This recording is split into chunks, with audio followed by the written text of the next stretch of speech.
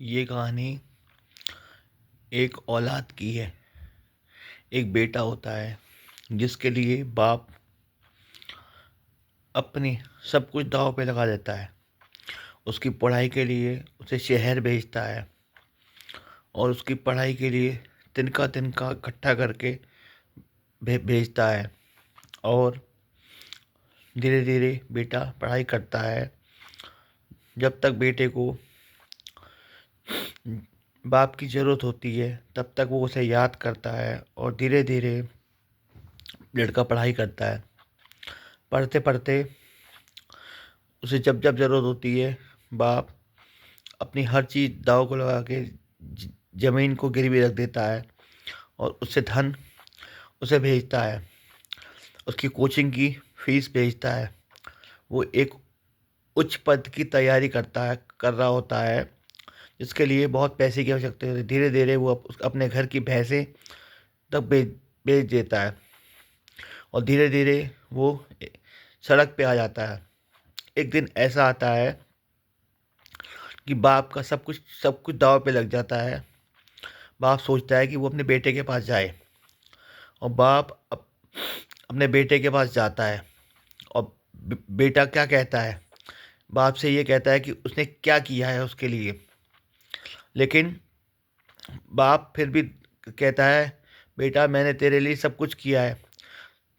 बचपन में जब तेरी माँ मर गई थी तो मैंने माँ बाप दोनों को प्यार दिया और तेरा लालन पोषण किया, तेरी हर ज़रूरत को पूरा किया।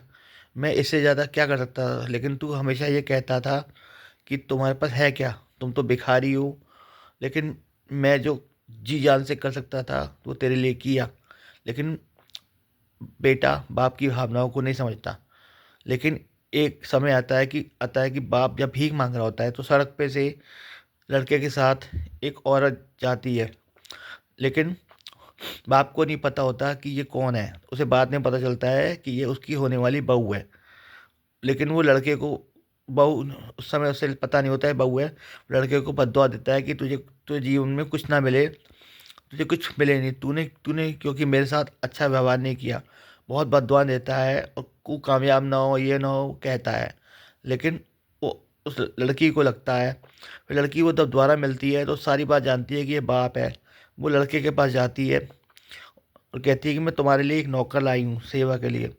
तो जब वो बाप नौकर बन के आता है तो लड़की कहती है कि आप इसके पैर छुओ। लड़, लड़का हिचकता नहीं है और वो लड़की उस लड़के के मुंह के ऊपर तमाचा मारती है और कहती है, जो जो लड़का अपने बाप का सगा नहीं हुआ, मेरा सगा क्या होगा। वो मेरा जीवन साथी बनने योग्य नहीं है।